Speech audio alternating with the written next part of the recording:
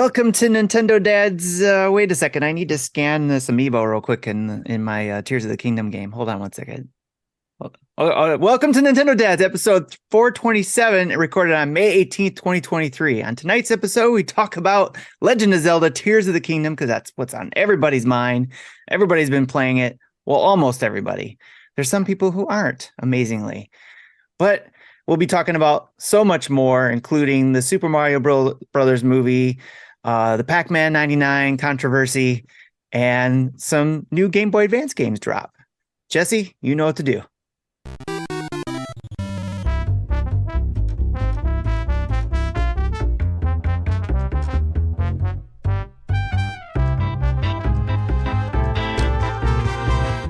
Hey, what's up, everybody? Welcome. Episode 427. It's been a week. It's been a week since Tears of the Kingdom has launched, and what an amazing week it has been. Hanging out with you tonight on the show, me, Marty Estes, and I'm joined tonight by our good friends, Tim Off and Jesse Waldack. Tim, how you doing, buddy? I'm doing pretty good. It's been a busy week. I haven't been able to play as much as everybody else of Tears of the Kingdom, but I'm playing it. So, I gotta spread it out over 5 years, so I can't be playing as fast as you guys. But if you spread this game out over 5 years, you're going to be playing it when the new Switch is out. Well, I better be able to play it on the new Switch. So we'll see. Don't know. I don't know. I was playing some real Tears of the Kingdom earlier by mowing my grass too. So. Oh, I don't like mowing grass. That's terrible. How you doing, Marty? So horrible. Right? Yeah, I'm doing good. It's been a week. It's been a very busy week. Like, this is the time of year where my life kind of goes crazy for 2 or 3 months, because we have lots of summer activities planned, and this summer we also have. We normally do not take a family vacation during the summer just because of everything. Right. But we are taking a family vacation this summer. We're going out west. Nice. We're gonna go out west for 10 days. So we're gonna go see the Grand Canyon and Las Vegas, and that's awesome. Yeah, I'm excited about it. I'm not excited about all of the driving, but gonna be. We're not going to complain. We're just going to go. That's what my wife says. She says we're not going to complain. We're just going to go. So there we go. I'm going to just do what she tells me to do. And yeah. Happy wife, happy life. That's right. Yeah. Jesse Waldack, also on the show tonight, Nintendo Dad's most valuable employee, 8 years running. We're bumping Tim's got a case of the Tim's got a case of the Tears of the Allergens. Yes. Yes, it is. Allergens of the Kingdom. Yeah. Yeah. How And, you doing, buddy? and good. And that little thing at the beginning, I'm planning on keeping that in. Okay. That's the point. Just to let you know. I hope so. Okay. Good. That was planned. It was Yes. planned and not planned. Totally planned. We Yeah, planned everything. I've had a week too. I'm glad it's almost over. And I haven't, and hopefully this weekend I'll be, my wife will be out of town on Saturday, so I'll have some time to sit down and play the game more too. How did so many of you, like I've seen a lot of people, and they're like, my wife was out of town the weekend. How did you all plan that? Like, how do you make that happen? Well, I never know when she's going out of town until like 2 or 3 days beforehand usually. But I've talked about the SCA and the various events that we do, and she will travel to go to other kingdoms and other regions events where I won't. And again, I don't like, as you said, I don't like hard rides. So, and like even last week, she went to Springfield, Missouri, which is about a 3-hour drive one way from Kansas City. And she day tripped it. She drove 3 hours in the morning, did the event, drove 3 hours back. Ooh. So she left at like 6 in the morning and came back just shy of midnight. That's a long day.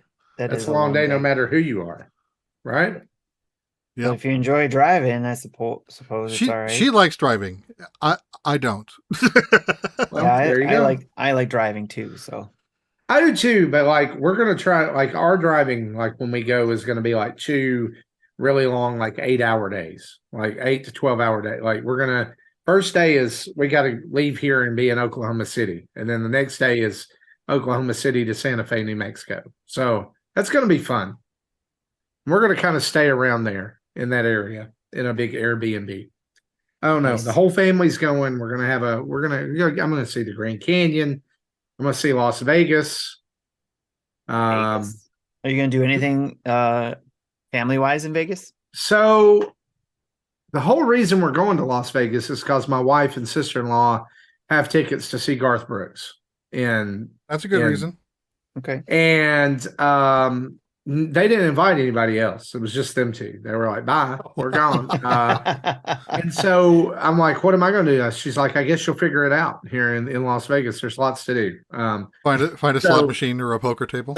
We're going to go to a place called, and I've got to look this up now that you've said this.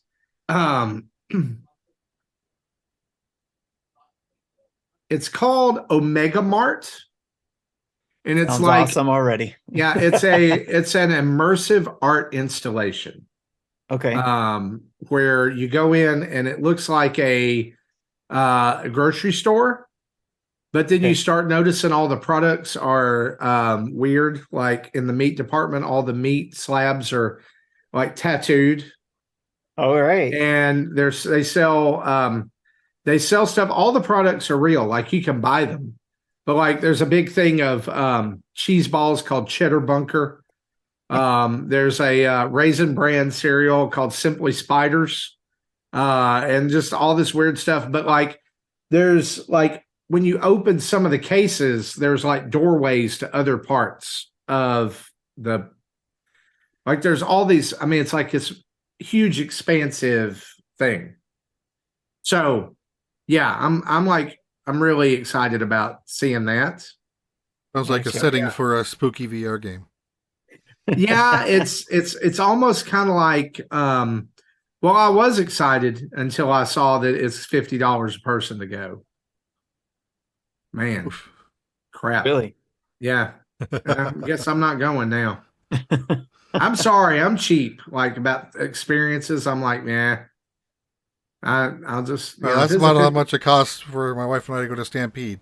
So yeah, so speaking of cost of events and things, totally not Nintendo Dads related, but I'm very disappointed in this because I was hoping that sometime in my lifetime I would luck up and get to go to this. But did you guys see today Disney announced that they are closing the Galactic Star Cruiser in November? I did not see this. I didn't see that. No. That was just announced, I guess, this evening that they will be closing it completely in November of this year. So it just shows that there is a limit to the amount of money that people will spend at Disney World. And apparently it's we're not going to spend $1,200 a night per person to LARP for 2 days. I don't blame Star Wars characters. I really did want to go. Like I was hoping that like it would be one of those things where it was like, and then we loved you so much that we gifted you this, and you know, I would go and it would be awesome, and I would cry because that's what I do when I get overwhelmed. And you know, anyway, I'm just sad. I'm sad. All right. Well, while you're doing that, I'm just sitting here whelmed, ready to start. Yeah. Well, just saying. It's Jesse's way of saying, get on with it, guys. Come on. Well, since he said that, how about we just go ahead and dive into the news?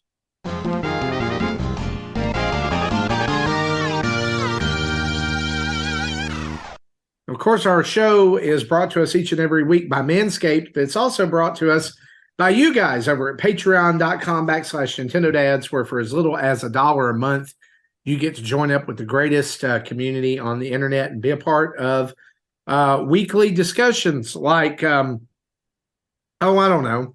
What have we been discussing over on Discord lately? Tears of the Kingdom. Yeah, pretty much. Or the upcoming PlayStation event that's coming up. Yeah, we do talk about other video games. Mm-hmm. Sometimes good friend Liam posts pictures of the line outside of Nintendo New York for Tears of the Kingdom. Yes. There was a video of Mets hitting a homer in the bottom of a 10th that got some attention. Yeah, somebody posted a video of Stone Cold Steve Austin talking about when Triple H saved him from a fan who tried to run in the ring and kill him. That was kind of cool. WWE event. So, I mean, those are, you never know what you're going to get in the junk drawer, right? Right.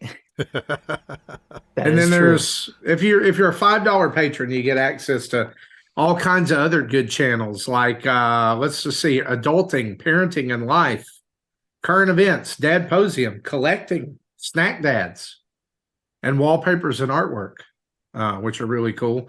And then $10 a month to get you an art card and get you pre and post show audio. And then $30, you get to be a Patreon producer, you get to be on the show. And we would love to have you join up over there. Like I says, we learned that Pac-Man Fever is an ancient album. I'm like, no, it's not ancient. Not to me. Every day I wake up. I received that the LP as a gift on my 9th birthday. I remember that. Every day I wake up and I realize that there are some people in our Discord that just weren't born in the greatest couple of eras in the world. They're lacking that experience. The amount of stuff that they don't know about just blows my mind. It's sad. It is. It's so sad. Mecca probably never had to rewind a VHS tape. It makes me want to cry. I hope he doesn't try to rewind a DVD. My mom tried to do that. Makes me want to shed a tear. She asked how to do that. I'm like, no, you don't. A tear of the kingdom? Yes. Yep. Many tears. It's where all of the things are going to come back to tonight. Well, let's talk about Tears of the Kingdom. Of course, again, head over to patreon.com/Nintendo Dads. Join up. Become a patron of the show. We need you. We want you. You're good folks over there at patreon.com/Nintendo Dads. Tears of the Kingdom sold 10 million units in the first 3 days. Holy cow. 10 million copies of Tears of the Kingdom in 72 hours. Fastest selling Zelda game of all time. Fastest selling Nintendo game in the Americas of all time. And that puts the game immediately in the top 20 selling Switch games in just one weekend. And it will probably go higher before the end of this physical quarter. Gentlemen, do you think, as of right now, will Tears of the Kingdom outsell Breath of the Wild? That's a tough one because it's like close to 30 million. And, Breath of the Wild has had 6 years of tail to do it. I think maybe in the long run, but it won't be this quarter, or it won't be this fiscal year. We're talking about, residual sales of Switch games post successor launch. I would also another number that I would be interested in knowing is not just software sales, but software and console sales. Like how many of those were sold together, right? Like how many people were buying a Switch and Breath of the Wild, or I'm sorry, Tears of the Kingdom at the same time. That would be interesting. We probably will never know. If they ever tell us, it'll probably be when they talk about first quarter numbers in August, if my math is right. In May. It's still wild. A month behind. It's still wild to me that if Switch sales numbers are sitting at about 125 million Switches, that means that there are 2/3, however you want to slice that pie, 2/3 of Switch owners have never experienced Breath of the Wild. And do you remember when Breath of the Wild sold more copies than Switches at one point? Oh, yeah. It's so weird to me that this really acclaimed game is now 29.81 million, and Switch has sold 125 million. That's just like, it's crazy that it has not attached more, right? Yeah, it's going to be interesting to see how well this does compared to Breath of the Wild, for sure. Yeah. Well, we were probably going to talk about this later on in the show and what we've been playing. But I want to just have a chat with you guys about the game right now, because I've been completely absorbed by this game this week. I cannot stop playing it. I have neglected important things to play this game, including delaying the start of this podcast tonight because I was at a pivotal story moment. Those story moments, though, is understandable because they're something else. Yeah. So Jesse put together this really helpful chart or spreadsheet where several of us have been charting our progress through the game. And basically what we can talk about tonight, and we're not gonna try to be like a spoiler cast for Tears of the Kingdom. But we'll basically if we go lowest common denominator here and we talk, from the person who has not gotten as far as everyone else, we could talk about the first hour of the game. It took me longer than an hour to do that. Well, yeah, but some Great people Sky Island. Some people it didn't. We could talk about Great Sky Island. But let's just it's basically the Great Plateau. Yeah. Let's just talk about this game and talk about our impressions of it and talk about what a week with this game has been like. Yeah. For us. So Jesse, we'll start with you. You actually a lot of people don't know this unless they, have been following along with the show. You actually got early access to the game. Or listened last week. Yeah. Jesse actually got early access to the game because he bought the Japanese version. So he had it. You had it 12 hours before everybody else? Yeah, I think it was available to me at 10 a.m. Thursday my time. I didn't get a chance to actually start it until just shy of noon. So I did a recording of the first 3.5 hours. I took some breaks along the middle and then made jump cuts. So, so the video itself is 3.5 hours, and that's out on the YouTube channel. Yeah. So your impression of the game, what do you think? I like the game, but I'm falling into the same pitfall that I do every time I try to play an open world game, is that there's so many things to do, and I want to do something that the game doesn't really want me to do yet, and I end up getting into places I shouldn't be yet, and kind of feel like I'm wasting my time. Though, in that time of exploration, I did find shrines probably earlier than anyone else. Found Korok seeds, some that other people haven't found yet.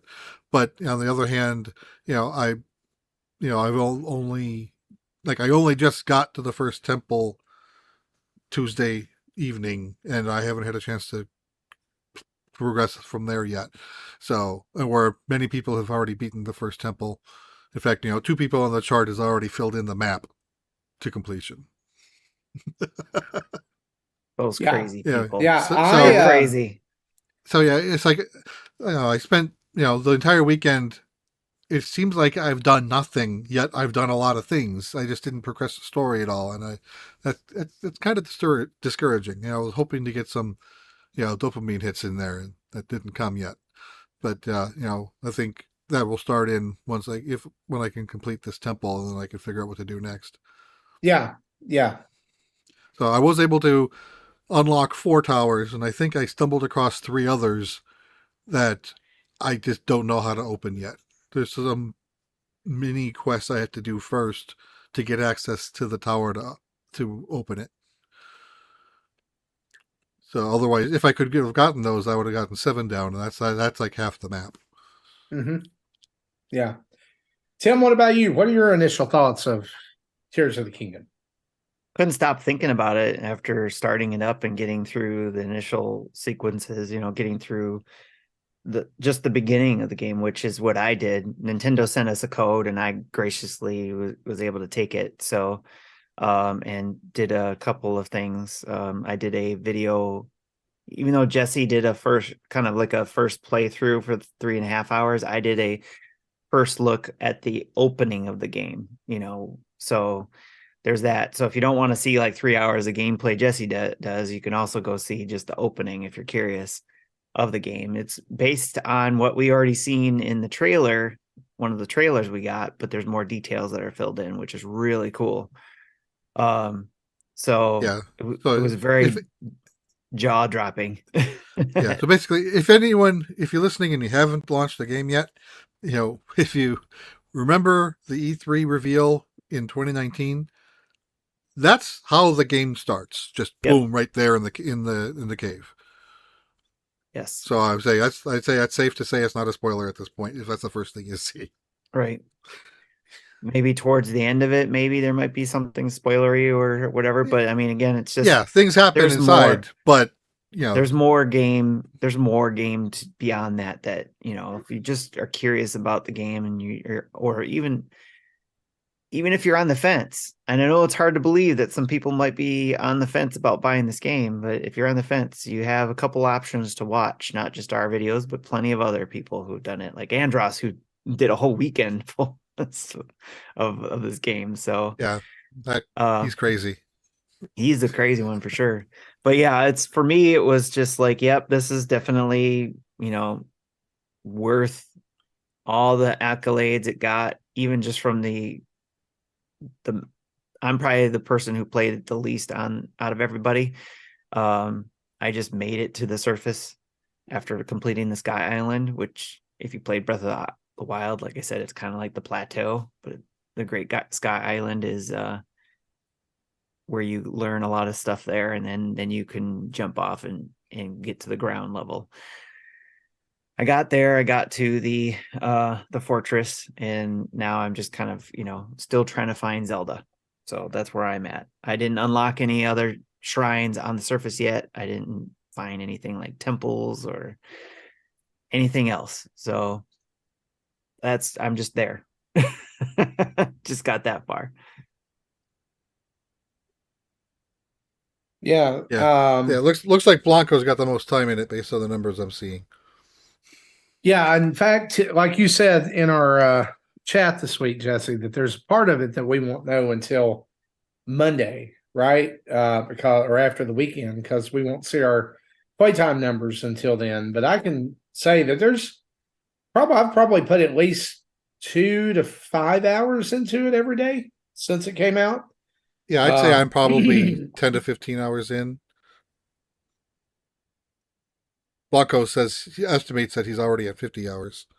Well, I'm probably just 5 hours. If you see his numbers at the things that he's done on this spreadsheet, then yeah. Oh, I didn't. Well, he put in 50, but yeah, I just realized if he's on, I can look him up and to see. We can see our friends' hours. We just can't see our own until 10 days. Oh, okay. Recently started by 119 friends. I didn't realize I had that many friends. Well, I will say that going into this game, I had zero expectations, and like I had avoided a lot of articles about it or a lot of videos about it leading up to it, and I get now, like I will gladly eat crow on this all day long, that I get now why they didn't show us a lot in the beginning. Because the genuine joy of surprising yourself or being surprised with all of the new stuff is incredible. I don't know that I've played a game at launch like this in a long time, with like the actual anticipation of what's next. Like, what am I gonna? And every new thing is just a joy. Like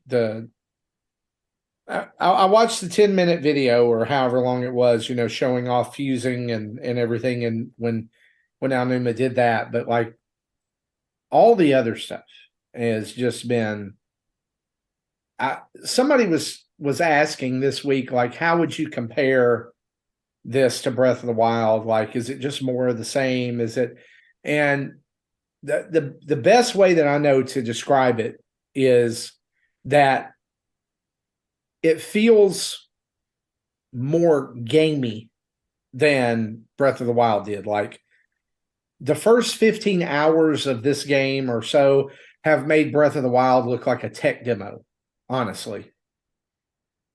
Like just like a concept demo. Because Yeah, if you I remember Breath of the Wild kind of, it didn't really give you any direction. It was literally once you're done with Great Plateau is go. Yep. Do what you want, no direction, and you kind of have to stumble.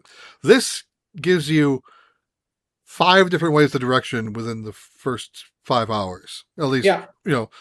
Once you land on the surface, within 2 hours, you're going to have a lot of things to do, and you need to figure out which one you want to do first.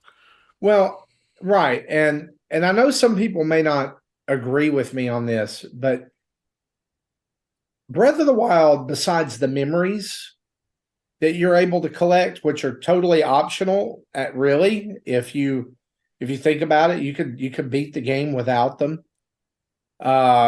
If you don't do the memories, there's not really much of a story there. Right. I mean, in Breath of the Wild, most of the stories is what happened 100 years ago.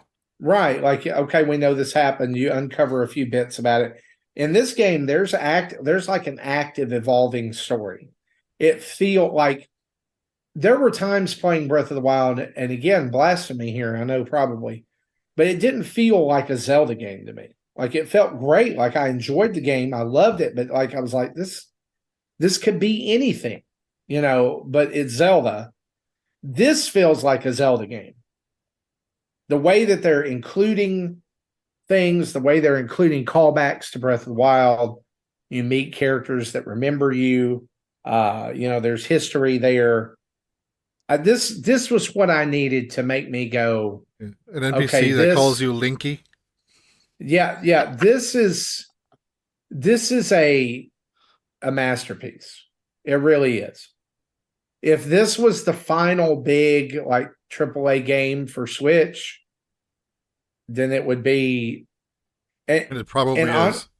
Well, PAC-MAN's coming out. Yeah, it's not going to be as big as this though. But no, I'm saying like usually Nintendo signs off on all of its systems with one final, first party game. So there's more coming. But y'all, I don't like, I've seen people try to have bad takes on this game, like try to be down on it, but how can you? Like it has everything that everybody wants from modern AAA games. Like it has story, it has great combat, it has complex systems, it has open area, side quests, all that. And all anybody like can poke at it about is, it's just run on a Switch, it's 20 frames per second, it looks like crap. Who cares? I am having the time of my life. I'm getting lost by going in with no agenda, like had no idea of what was happening or what to expect. Like I've gotten legit like just wandering around, just having a great time. And if you've listened to the show for a long time, one of my like, I guess, quote unquote, air quotes complaints about open world games is analysis paralysis, right? Like I don't know what to do next. And so I just don't do anything. Like I've just quit playing. I am not finding that in this. Like I'm having so much fun. It's the first time in a long time, like with a big game like this, that I've gone, this is just so much fun and so good.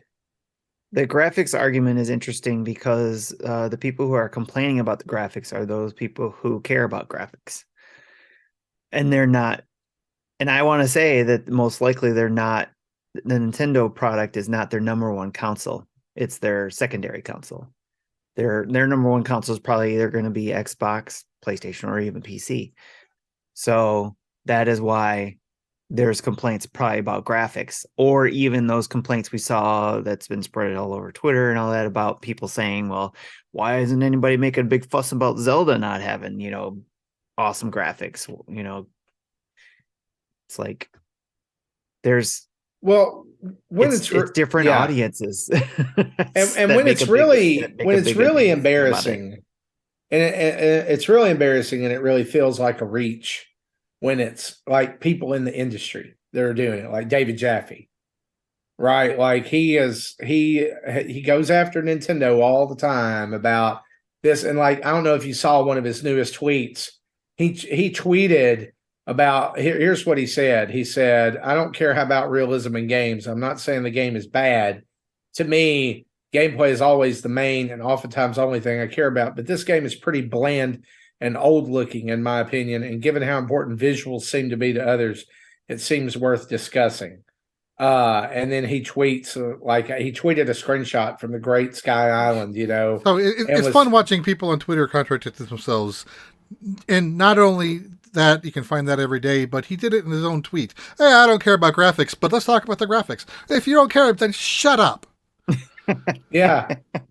It's crazy to me. Let us enjoy the game we want to enjoy. Right. Like people fall all over themselves trying to like tell us why we should not like this game that we like. Right. And then he went so far today as to yesterday, he tweeted an AI made portrait of Breath of the Wild. Like he ran it through AI, positive points. And it said, "Don't worry, fellas, I had AI fix it. Now we're talking." Fixed it. Yeah, that's the term that people love. And then he says, "Someone should send this to the folks at Nintendo and show them how to do the art next time." Well, now the trick is animate that at 60 frames a second for 150 hours. See if you can do that, dude. Yeah. Well, I mean, or even 30 frames a second. Listen. Everybody fell all over themselves to talk about how good God of War games were in the past, but have you tried to go and replay those? Yes. Anytime? I remember playing the PS3 remake of the first game that was originally launched on PS2. It doesn't look great. Oh, the gameplay itself was great. The cutscenes were untouched. So the cutscenes went to the pre-rendered, not in engine, so they looked like garbage. And then it went from 4:3 crap to widescreen look pretty again. And the whole point of pre-rendered cutscenes is it's supposed to look better than the gameplay. But this was the opposite in the PS3 version. So if you're going to re-render the gameplay, re-render your pre-renders too. And that's the thing too, is just, again, it's the audiences and your expectations from the devices your games are on. If you're creating games on a PlayStation, you're expected to have good graphics, or an Xbox.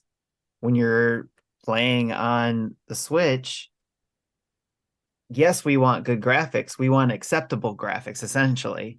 We want it to look good. We don't want it to look crappy. Yeah, well, that's why Nintendo does stylized art. They don't do full realism. That's what we expect. We want because the Switch won't handle that. Right. And so we want to see that creativeness. Okay, let's see how Nintendo makes it stylized to make it pleasant on the eyes, but we want to still have fun with the game. Like people complain about Skyward Sword, a game designed for a 480i system, right? 480p at best. Yeah, it was designed to be played on a CRT. So when you're looking at it on a 4K LCD at 70 inches, yes, it's going to look like garbage because it's not. I'm just going to say this. Different priorities for the gamers, depending on what console they're playing on, is what I was trying to say. Yeah, I play video games, and maybe people won't like this opinion, and that's okay. I play video games to escape from reality, right? I want to relax. I want to visit a world that's not like mine, whatever. I don't feel like I am on the anti every game has to look like real life train. I'm not only am I on the train, I'm probably the locomotive for that train. Like I would much rather play a Wind Waker style game than I would play like a God of War. Like as far as aesthetics are, I would rather play Cuphead than play. Well, the thing is variety. Just whatever he said, great. There's going to be games I want to want great graphics, like the Outer World. When I played that, the graphics sucked on the Switch. When they updated it, though, it got better and it was playable enough to where it ended up being fun enough. And yes, I could have played it on a different console with better graphics and all that. Great. But still, I still had fun with it because I was able to play it portably and take it with me. Yeah. So there's different reasons that people are going to play, especially their priorities are on their consoles. But it's just a stupid argument because everybody's going to want variety. And if graphics is your number one thing about games, then Nintendo Switch is not going to be your system. This is like the second version of the PS3 360 era where all the games wanted to look realistic. So how they do it? Browns and grays everywhere. Everywhere. I'm still going to have fun with this game. I mean, that's what would. Am I mindful? Like, have I noticed a couple of times where it's like juddered or whatever? Yeah, sure. I don't care. Yeah, as long as the whole game it doesn't run at 15 frames. I'm more upset by the fact that Link can't pet the dog than I am about how this game looks. What's up with that, man? Come on, Nintendo. They literally had almost 7 years to help him pet the dog, and that's a point. That's a point 25 off the score for me. Oh yeah, sure. It's at 9.75 out of 10 now. No, I'm sorry. On a Nintendo Dad scale, it's a 10.75 out of 10. Yes. Right. Well, either way, however you're playing Tears of the Kingdom, if you're like Tim and you're going to finish it in 5 years, or you're like John Blanco and you're like probably knocking on heaven's door right now, about to finish the game, enjoy the ride. Play it how you want to play it. Exactly. Play it, enjoy it. Yes. And come on. I want there to be, like Al Numa said this week in an interview that he said the Ocarina of Time seems like a pretty tired formula now. Things will be the Breath of the Wild, Tears of the Kingdom formula moving forward, as long as he's in charge of Zelda. Give the man the keys to the kingdom. That's great. Awesome. I didn't know that I wanted. I'm still hoping they do 2D games that do go back to the traditional. I don't want everything to be 3D. But I agree. Yeah. If this is a new 3D, that's fine. But still give us some 2D stuff too. I would love a new 2D Zelda. Absolutely. Like I'm still hoping and holding out hope for the Zelda 2 remake, right? To redeem that game. Yeah. I would love that. But yeah, and I would have had more hours into this game if I wasn't out putting almost the same amount of hours into that poker game I talked about last week on PlayStation VR 2. Yeah.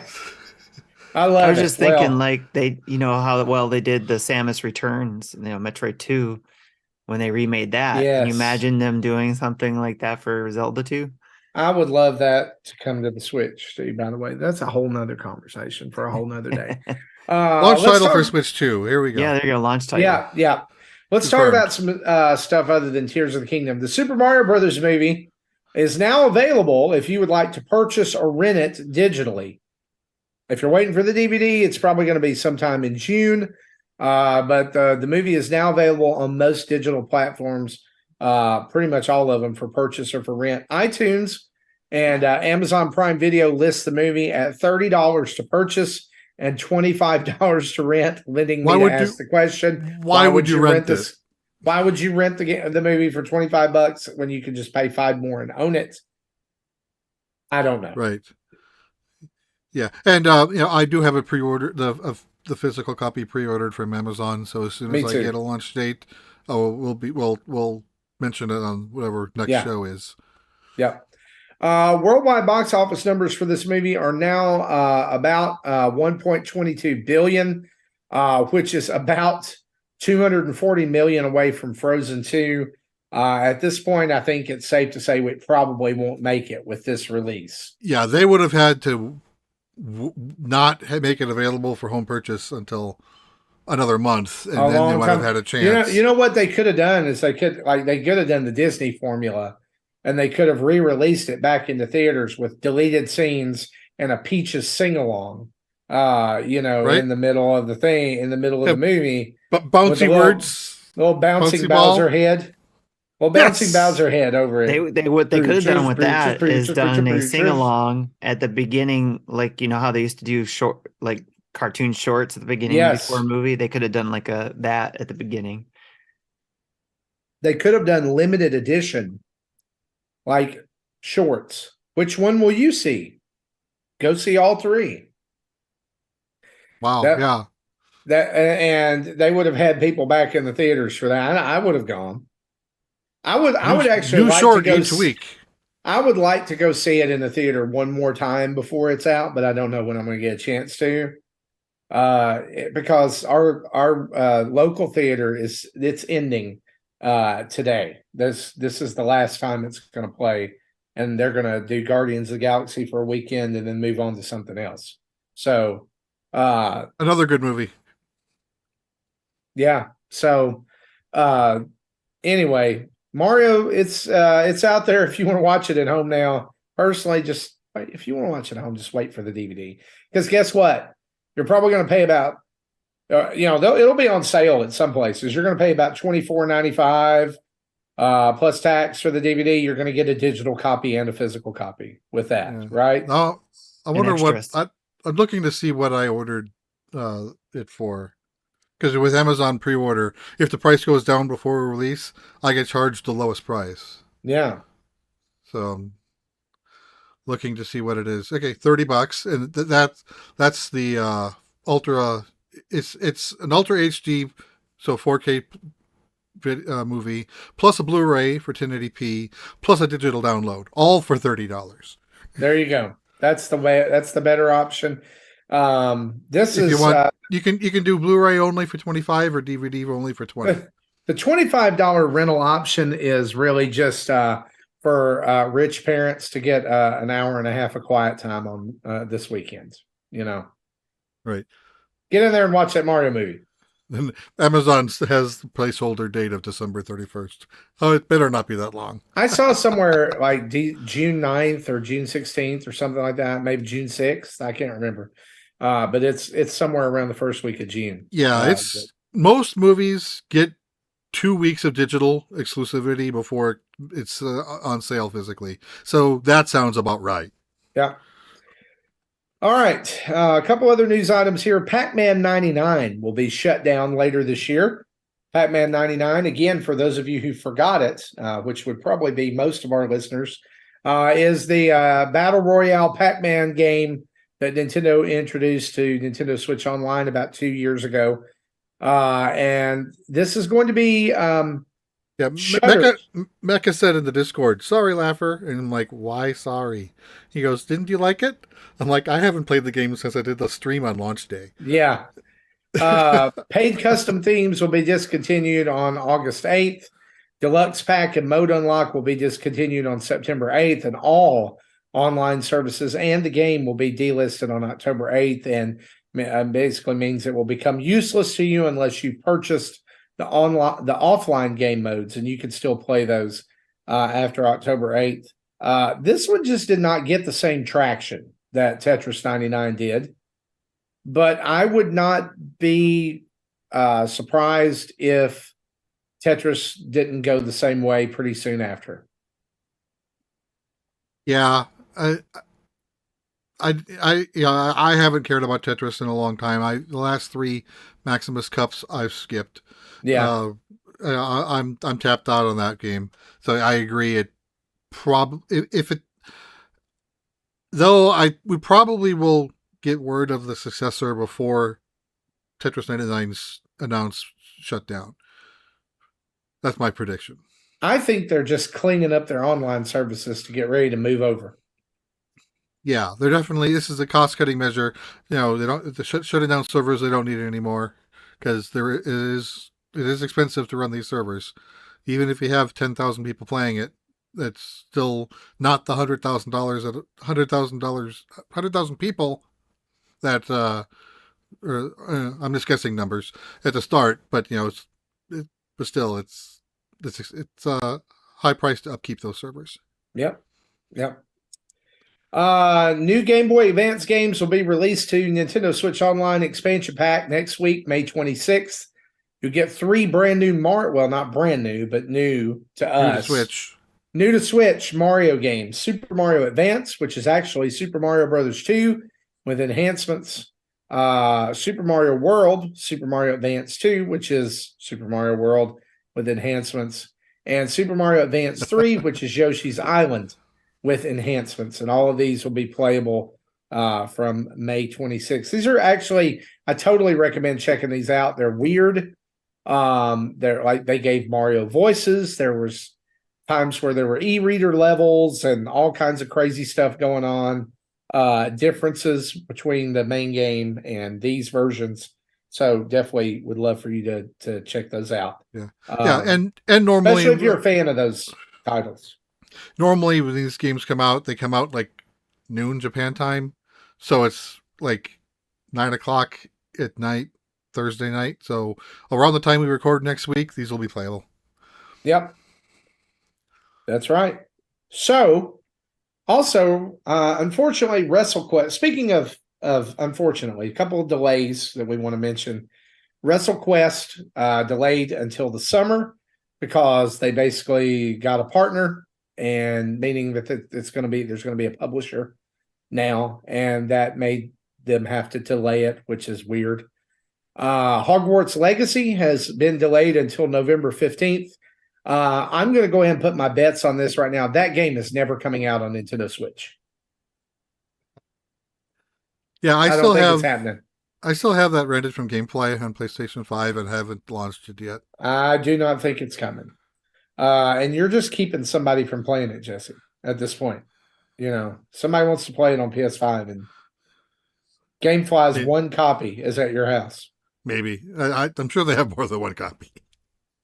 And then, as revealed today by the creators, Mortal Kombat 1, a complete and total reboot of the Mortal Kombat series, is coming to Nintendo Switch and other platforms on September 19th, with pre-order bonus being Shang Tsung.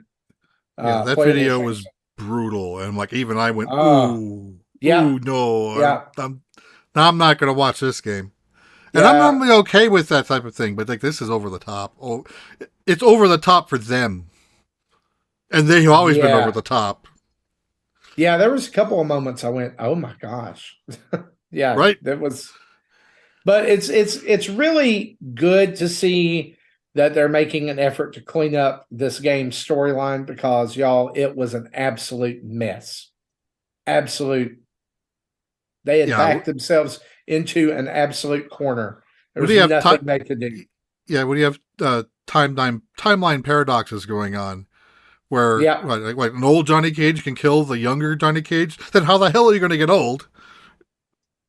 Or when your characters have been around so long that they have kids who are in their 20s, then it's time to... And you still look like you're 25? Yeah. It's time to hit the reboot button. Well, guys, that's our news for this week. Let's take a minute to take an ad break for our good friends over at Manscaped. Hey, listen, it's dangerous to go alone or with a partner without the right tools. Take this, the Manscaped Lawnmower 4.0.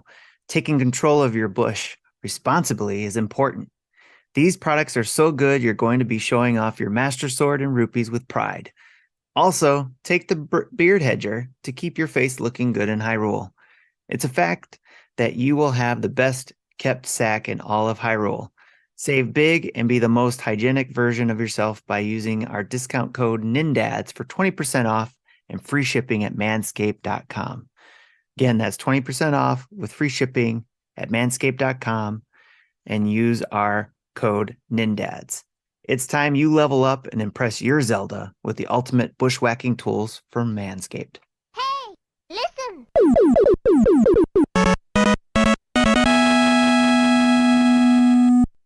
Also, if you use those, and they're no nick, no snag, so there won't be any tears in your kingdom.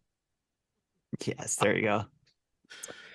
Beautiful. Let's talk about. I almost forgot I had this button until he started that with the "Hey, listen." Hey, listen. That is so still to this day a terrible, terrible sound. A couple of events coming up Discord community events, The Table, every third Friday of the month at 10 p.m. Eastern. The community gets together at The Table, which is tomorrow or today, as you're listening to this on Friday, otherwise known as a Discord voice chat room, to discuss whatever is on everyone's mind. And so this is not recorded at all, because people want to feel free to vent, want to feel free to talk about things going on in their lives, maybe a little bit personal. And so we want to invite everybody over to The Table. If you want to join in, you have to be a subscriber via Patreon or Twitch to get access to Discord, and then join in via the chat room there at 10 p.m. Eastern time on the third Friday of every month. So if you're listening to this on Friday, the 19th, it's today, and we'd love to see you over at The Table. Speaking of other events that are for patrons, monthly Mayhem is going on right now, and from May 12th to June 10th, it's Tears of the Kingdom event. It is a photo scavenger hunt of sorts. Number one, you take a screenshot in the game that best represents each category. The categories as are follows: Life is Good, Random Drawing, Dumb Ways to Die, and Dads After Dark. You can figure that one out. You post a screenshot in the appropriate channel on the Discord, and Drew and John will do a live judging during a podcast episode and announce the winner of each category, and each category winner will receive $10. One random person will also receive $10 for entering. So, guys, honestly, if you are a $5 patron or above, you have a chance to win $10 right here, which is really cool. And would love for you to get in over there at patreon.com/NintendoDads and participate in monthly Mayhem. Yeah, I put in multiple entries already. I think my favorite one on Dumb Ways to Die was I hit a spring to launch me, and then as I'm falling, I'm wanting to hit X to get the glider, but I push R instead, which is a nosedive right into the planet. Died. I love it. And I've done that more than once. Jesse, I'm surprised we didn't mention in the, I'm looking at the notes here. This would normally be where we talk about your Poke Minute, but I'm surprised we didn't mention in the news that Pokemon Home is going to be updated next week to work with Scarlet and Violet. Oh, yeah, I saw that, but I don't plan on doing it. I've never done anything really. I mean, Home. who's gonna be playing? I mean, is it called Tears of the Kingdom? Are there any Pokemon in Tears of the Kingdom? Then no, we don't care. No, maybe we'll have a Cell Horse again. That was kind of awesome. Yeah. So then let's talk about what we've been playing, shall we?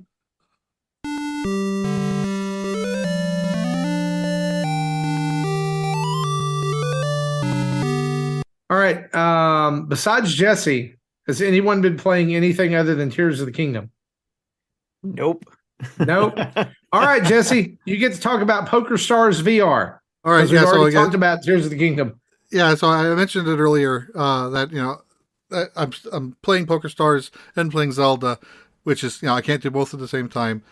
But sure you can. But it's hard to play Zelda when I have a headset blocking my vision. They don't have the cameras where you can look beyond that or whatever, and then you could play Zelda at the same time. They actually do, but then I can't watch the poker game I'm watching. But yeah, I just wanted to talk about my play session last night was kind of amusing. So I have around 370,000 chips in my total inventory. So when I go to a low stakes poker game, it loads up with 5,000 chips, and if I lose it, it just auto loads 5,000 more from my stash. So most nights I can be up and down 10 to 15,000, and that's kind of like normal. I think the worst night I lost 20,000. But last night I started with the 5,000 and ended with 42,000. So I was really happy. I gained 37,000 chips in one night. So, and I think I spent $40 on it buying credits to buy these toys you can play with on the table. And there's a lot of things out there. I'm like, I'm not going to buy all of it. That's going to be expensive if I did. But it's a fun game. So if you have, it's also a version on the MetaQuest. So if you have that, it's a free download. You don't have to put money into it at all to play. if you like poker, it's a fun game. Nice. That is cool. All I'll have right. to see if I can borrow my daughter's Well, MetaQuest. they do have like a casino area where you can play craps, slots, roulette, but really poker is the main point of the game. Yeah. All right, guys. Well, that's what we've been playing. So let's move on to questions from the community.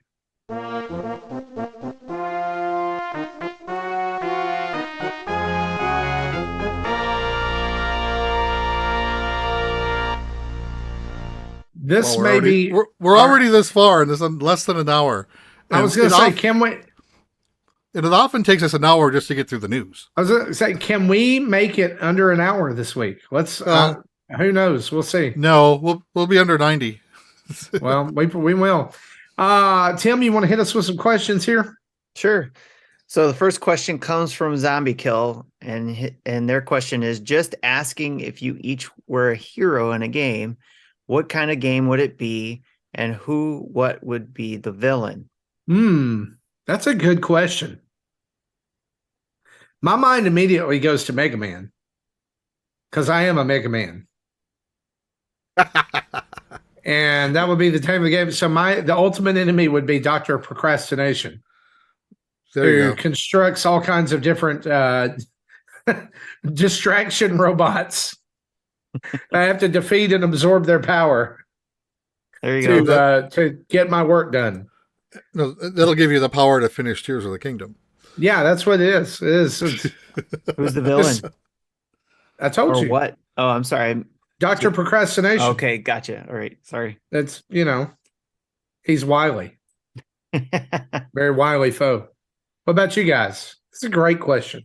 When I read this, I kind of thought back when I used to play MMOs. I generally would play like a spellcaster, a support type of role, someone who'd hang back and cast spells from a distance or buff or debuff, things like that, as opposed to being there on the front lines taking the brunt of the damage. But so that's the type of hero I would probably be. Though who the villain would be, I don't know. I'm not the hero of this party. I'm not the main character. I'm a support character. So the villain will be someone associated with the hero. So, like, if you're familiar with Dragon Quest Dai anime, I'm Pop.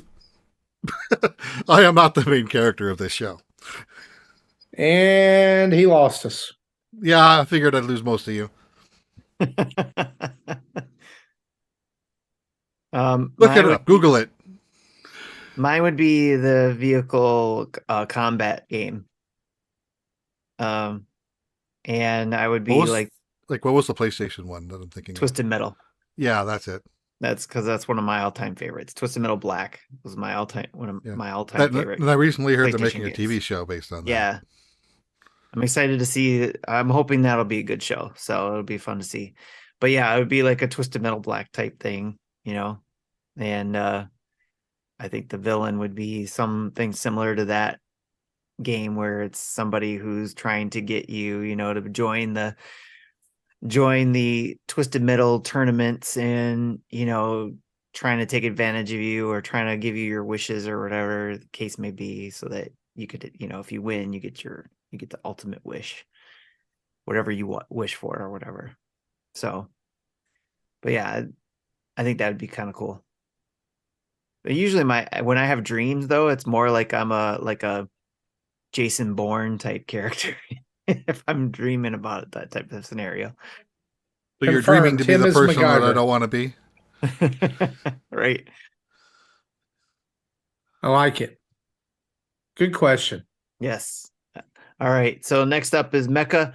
Do you think Niantic will ever create a new game that'll be as good as Pokemon Go again, or will all their other games just fail in comparison to Pokemon Go? Let's start with that. The latter. They will never have another Pokemon Go. Pokemon's a magic license, right? I mean, like most of the things that if you're able to land the Pokemon license, your product does well. It does, or I would say, let's say this: your product does better than it would have without the license. Right. Because if you remember, Niantic had this the same engine that powers Pokemon Go was another game, and nobody had remember. I don't even Yeah, I don't remember remember what the it was name of called. it either. I played it. A little nobody bit had too. ever heard Ingress. of Ingress. Yeah, it. that's Ingress. what it was. Nobody had ever. There's even a Netflix anime based on Really? Ingress. I watched like an episode and I'm like, I don't know what the hell's going on. That's most anime to me, honestly. Like, why is there a cat girl and why is everybody, anyway. There's no answer to that. Right. Why is there? Because there is. And Right. you should be happy. So Mecha was asking, he says, I'm asking because I just got an email from them for an invite to their own original version of Pokemon Go called Peridot. And while the characters look cute, kind of worry people are going to compare it or any game they make to Pokemon Go. I truly feel like Niantic wouldn't have been as big of a company as they are now if it wasn't for Pokemon Go. So that reminds me of a story I saw on Reddit. So, people who had a Pokemon Go automatically had a Peridot account. It's like they got migrated. And someone goes, I don't want a Peridot account. I'm going to close it. But it's not two distinctly different accounts. It's the same Niantic account used for both games. So closing the account in Peridot closed him out of Go. That's not a good way to be. That's not a good way to look. No. Hopefully they were able to work some magic and try to I don't know if he ever got his account back, but that is not a good way to look. No, that wasn't very clear then on their part. All right. Hoots asks, after listening to the reviewer who gave Tears of the Kingdom a 9.75 out of 10 talk on 3 different podcasts this week, maybe I ought to introduce some variety. It turns out that a game has to be revolutionary to get a 10 out of 10.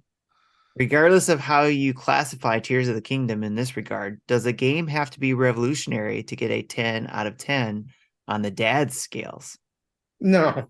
On our scale, I don't think so. But, if that's what he wants to do, as long as he's consistent in that game over game, that's fine.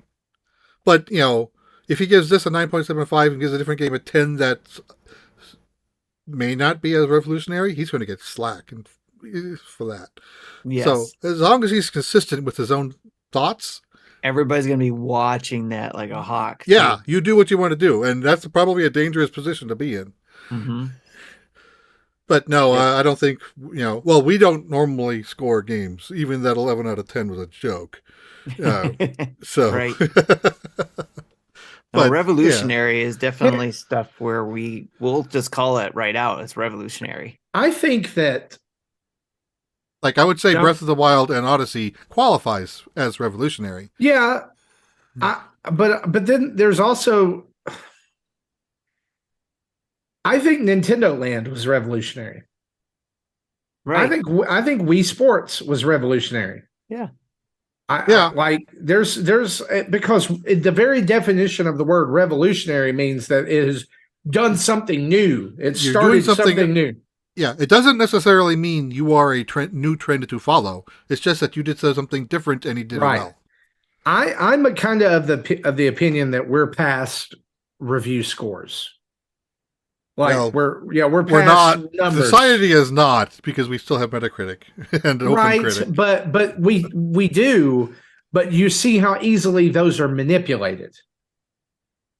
Yeah. Mm-hmm. So we are past them because they really don't mean anything anymore. Like a game that's an 85. Like here's a great example.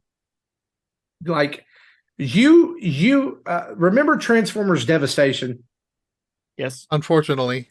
Okay. See, you would probably rate that very low on a scale of 1 to 10 because you were frustrated with it. You didn't have a good time with it. Yeah.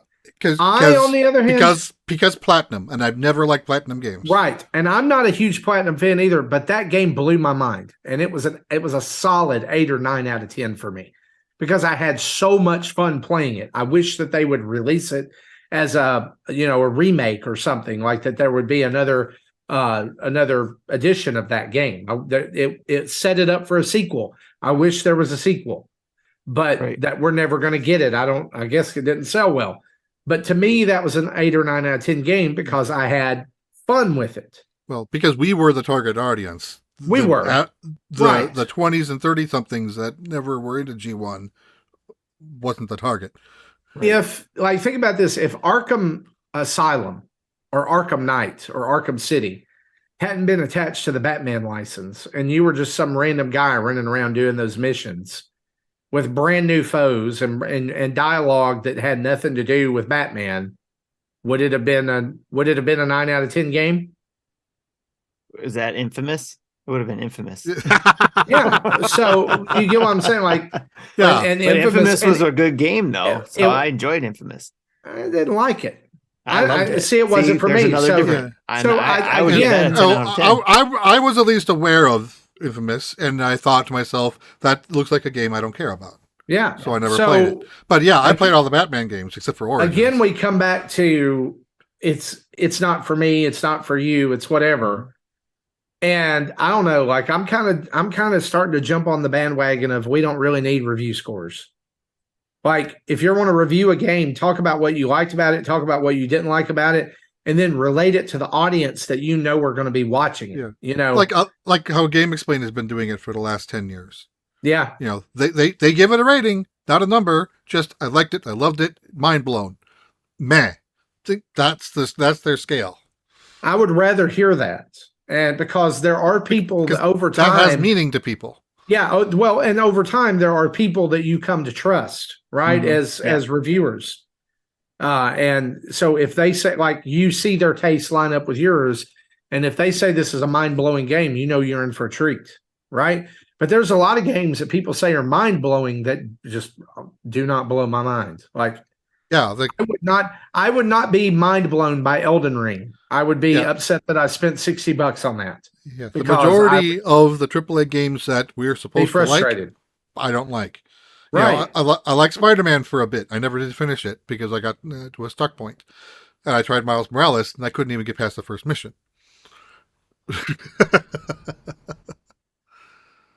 And I would play 50 billion of those Spider-Man games. Like just make one each year of Spider-Man's life. I don't care. Just rewrite new dialogue. I don't. Well, hopefully we'll get that sequel at the end of the year. Maybe we'll find out next week at the Sony event. But no, I don't. Long answer to a short question, right? I don't think it has to be a 10 out of 10 to be revolutionary, and vice versa. I was going to say that should be the other way around, but. The ambassador asks, if you had to come up with the specs and innovation for Switch 2, what would you come up with? 1080 HD, VR accessibility, Nintendo Game Pass-like subscription? I know what I want. Yeah, I think a lot of us are going to say the same thing, but you go ahead. It needs to have the same form factor as Switch. Yeah. And thus you're going to have to sacrifice a few things to do that. You're going to have to sacrifice your thinness because you're going to have to sacrifice your cost effectiveness because there's going to have to be multiple things in that are upgraded. Keep the OLED screen, keep the current speakers they have. But I think you can probably scrap HD Rumble and change it out with a standard Rumble. And yeah, you're not going to be compatible with some games, but that happens. That's what happens when you evolve. And I would add to that the Wi-Fi components need a major overhaul, and the storage needs a major overhaul. And I'm perfectly okay sacrificing the thinness of the form factor for better Joy-Cons, better internals, and more storage and more graphical capability. I think they're at a point right now. I know that Switch has pretty much shown that they don't need to do it. Like they don't need to compete graphically, but they at least need to be competent.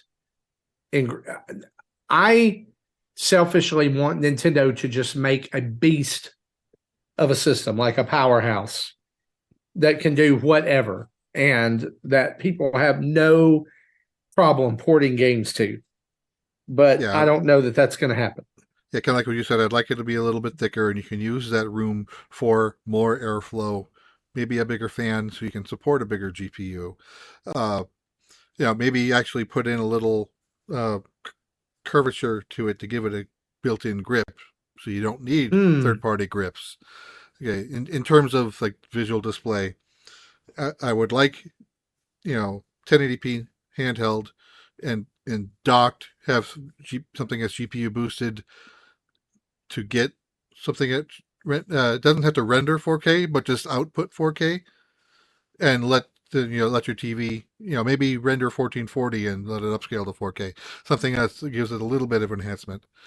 I would like here's some people would say this is looking backwards, but if we don't do the powerhouse route, if we keep it, like the joke was, the Wii was two GameCubes together. If you want to do that with the Switch, let's allow the ability to plug in the Switch to a TV through a long HDMI cable and have a display and a TV separate, like your Wii U and Wii U gamepad, so you can have two display games again.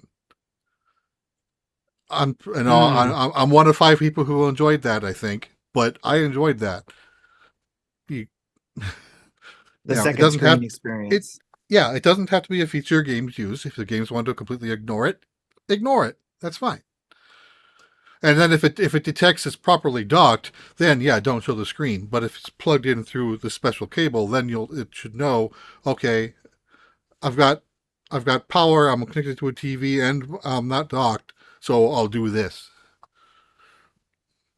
And then that would probably be limited to 720p on display and 1080p on the TV, and that's fine because it requires more power to power 2 screens. So that substitute instead of a 1440 output, I think, is fair.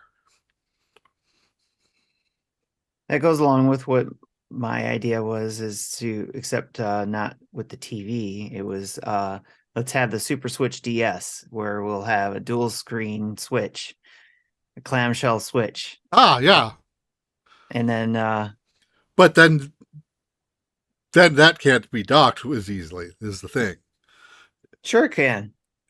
Because you don't have to have the front, I mean, you could use maybe the same dock, I don't know, but if they have a newer dock that doesn't have a front thing, you just kind of dock it in like the...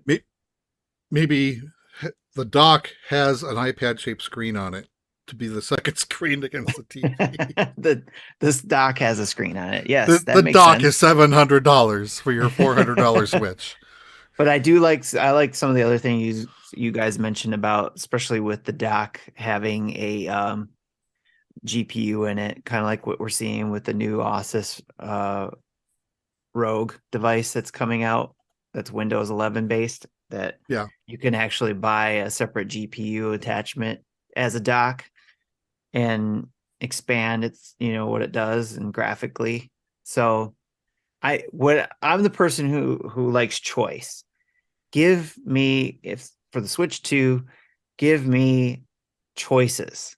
So when you're coming out with a new system, give me the choice of having something that will be, for the kids level, that won't break, and all so you're talking about different SKUs. Different SKUs, yeah, but still have the ability to do what a Switch is meant to do. So like, I want a Switch Lite all connected all together, but still allow me to connect to the same dock on the TV.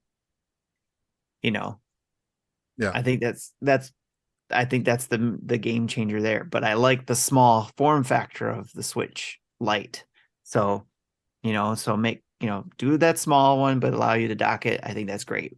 Next item up is do the portable thing without the dock or just the basic dock. And then you can do all the stuff that you wanted to do normally with the Switch 2 that we are all talking about, but also offer a next level up, maybe $100 more for a enhanced dock that allows you to do more graphically, or you could buy that enhanced dock later on to do more things graphically on your, just upscale it, but on your TV. So I like variety and options. And I think it's good. And those type of flexibilities doesn't only give the user options, it gives the developer options too. Yes.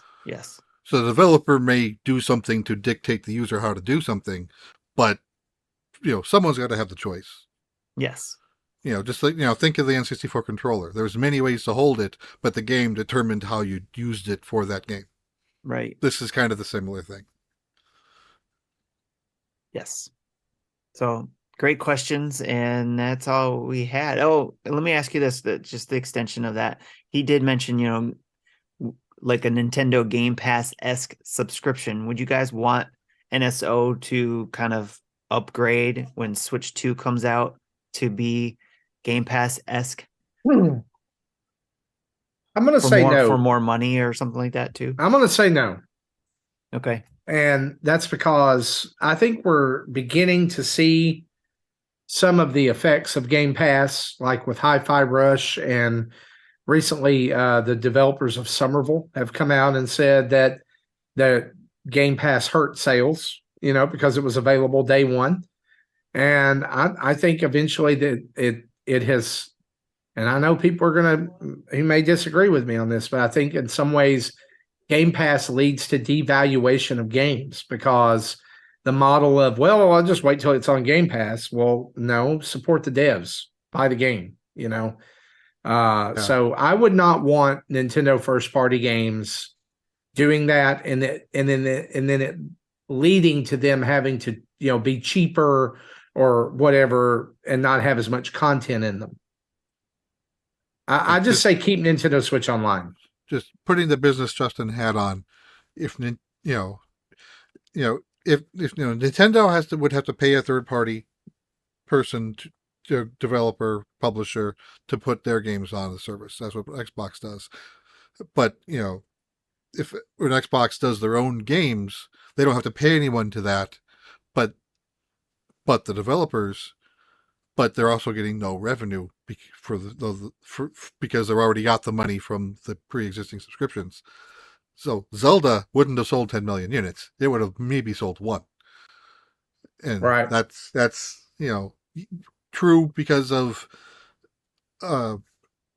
game vouchers. They didn't get not everyone paid $70 for it. So kind of rounding it down to, $600 million instead of only 60 million.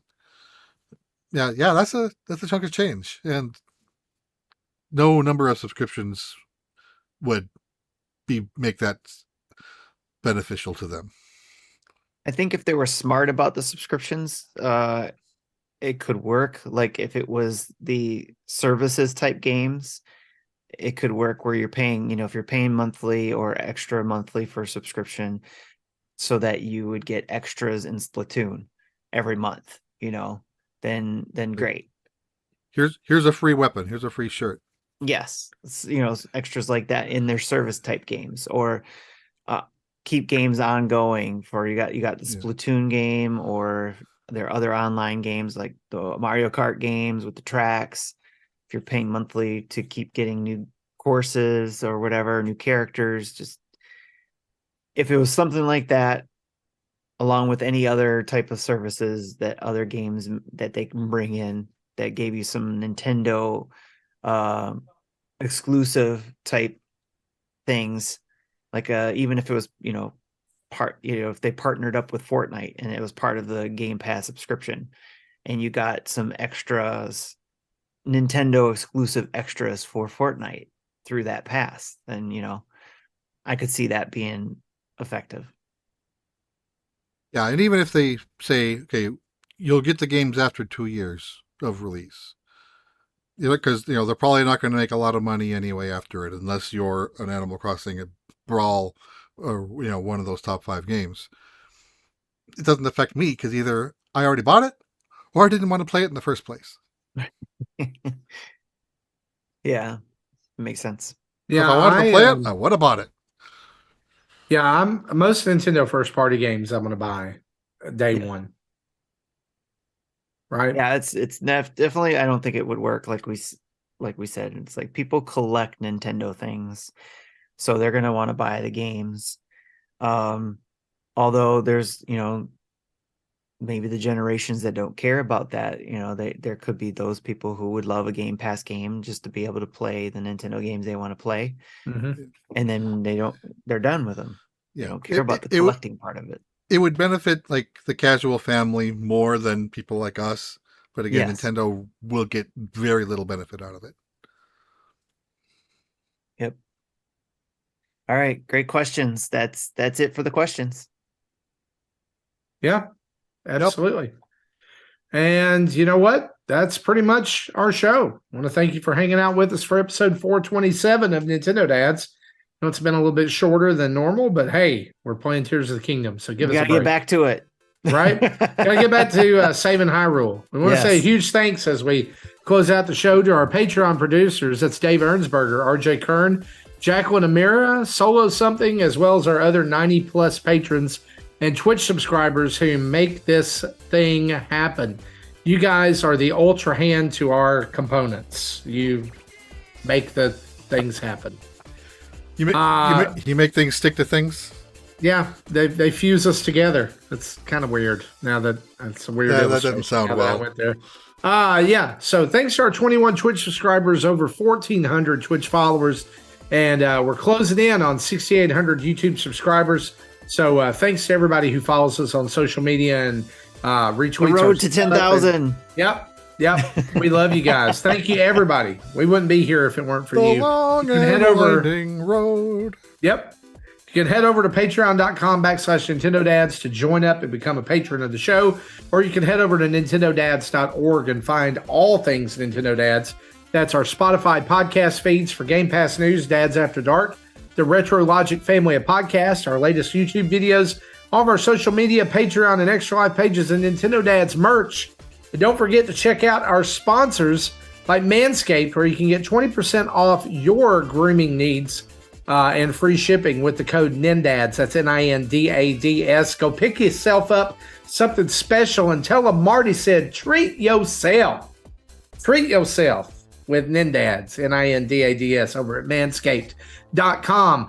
Contact us in most places like Patreon, Twitter, Facebook, Instagram, Twitch, YouTube. Just type in Nintendo Dads or email us at nintendodads@gmail.com or call in and leave a voicemail at 929-25-NDADS. That's 929-256-3237. Big thanks to OC Remix for the music used throughout the show. And remember, wherever you download this podcast and listen to it in your audio podcatcher of choice, please go and leave us a 5-star written review and some comments. It helps people find the show. And hey, now that the Nintendo Power podcast is shutting down, it's time to head for number 1, baby. All right? So we'll take that spot pretty easy. I mean, I don't know. Anyway, you guys can help. 5-star written reviews and some comments definitely help. For me, for Tim, for Jesse, for Justin, and the rest of the Nintendo Dads gang, we'll see you next time. This has been episode 427. Bye-bye.